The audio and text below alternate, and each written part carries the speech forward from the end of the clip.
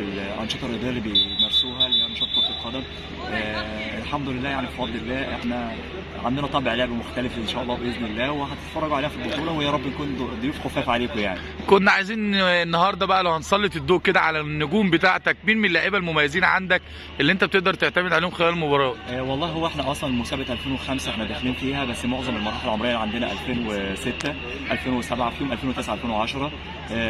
معانا يونس سليمان لعيب مميز جدا، عبد الرحمن ايتو، احمد شاكر، مش عايزين ننسى حد يعني، دودو لعيب حاوي كده، حاجه جميله بصراحه. معانا لعيب محترف طارق. يعني هم الحمد لله، وباذن الله يعني ان شاء الله يعني هنرضي باذن الله يعني معظم اللعيبه ومعظم الناس، وهتفرجوا ان شاء الله يعني هنتفرج عليهم يعني. سعيد بلقائي معاك، وانتظرونا وكل ما حصريات لدوري ابطال مصر على قناه صدى الملاعب وتغطيه خاصه. متشكر. الف شكر.